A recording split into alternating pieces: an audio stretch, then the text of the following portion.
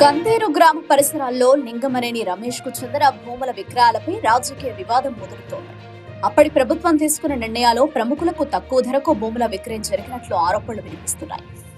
గుంటూరు జిల్లాలోని కంతెర గ్రామ సమీపంలో లింగమనేని రమేష్ కు చెందిన భూముల వ్యవహారం మరోసారి రాజకీయ చర్చకు దారితీసింది. ఈ భూముల పక్కగా రోడ్డు వెళ్లేలా అప్పటి ముఖ్యమంత్రి చంద్రబాబు నాయుడు సహాయం చేశారని వైఎస్ఆర్సీపీ నేత ఆళ్ల రామకృష్ణారెడ్డి ఆరోపించారు. ఆరోపణల ప్రకారం ఆ తర్వాత సుమారు 18 ఎకరాల భూమిని హెరిటేజ్ సంస్థకు కేవలం ఎకరానికి 8 లక్షల చొప్పున విక్రయించినట్టు తెలిపారు. ఇదే సమయంలో ముందుగానే ఆలోచించి జనసేన అధినేత పవన్ కళ్యాణ్ కూడా దాదాపు 2.5 ఎకరాల భూమిని అదే ధరకు విక్రయించారని పేర్కొన్నారు. ప్రస్తుతం ఆ ప్రాంతంలో భూముల విలువ ఎకరానికి 3 నుంచి 4 కోట్ల వరకు ఉంటుందని, అటువంటి విలువైన భూములను ఎందుకు అంత తక్కువ ధరకు విక్రయించారనే విషయంపై ప్రజలు గమనించాల్సిన అవసరం ఉందని ఆళ్ల రామకృష్ణారెడ్డి అన్నారు. ఈ ఆరోపణలపై సంబంధిత వ్యక్తులు ఇంకా స్పందించాల్సిందే. రాజకీయంగా ఈ అంశం మరింత చర్చకు దారితీసే అవకాశం ఉందని విశ్లేషకులు భావిస్తున్నారు.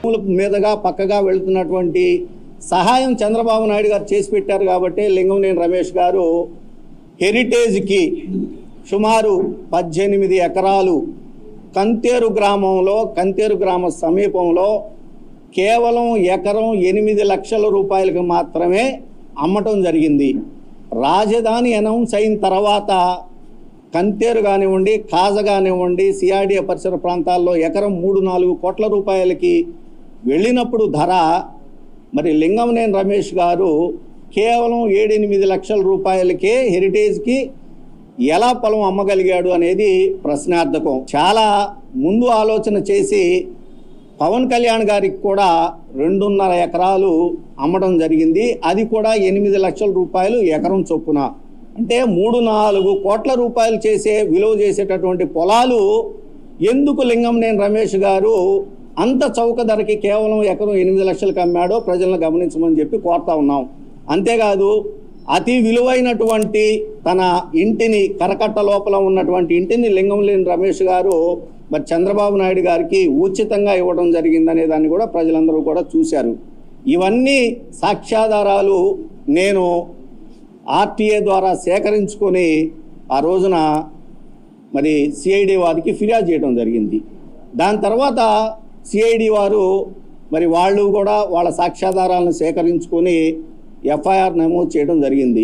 ఆ కేసులో చంద్రబాబు నాయుడు గారిని ప్రథమ ముద్దాయిగా, అదేవిధంగా నారాయణ గారు, అదేవిధంగా లింగమనేని రమేష్ గారు, అదేవిధంగా అంజనీ కుమార్ గారు, మంత్రి నారాయణ గారి సతీమణి, వాళ్ళ బంధువులు, అనేక ఎల్ఈపిఎల్కి సంబంధించినటువంటి ఇతర కంపెనీలు సుమారు 18-20 మందిని నిందితులుగా చేరుస్తూ ఛార్జ్షీట్ కూడా వేయడం జరిగింది.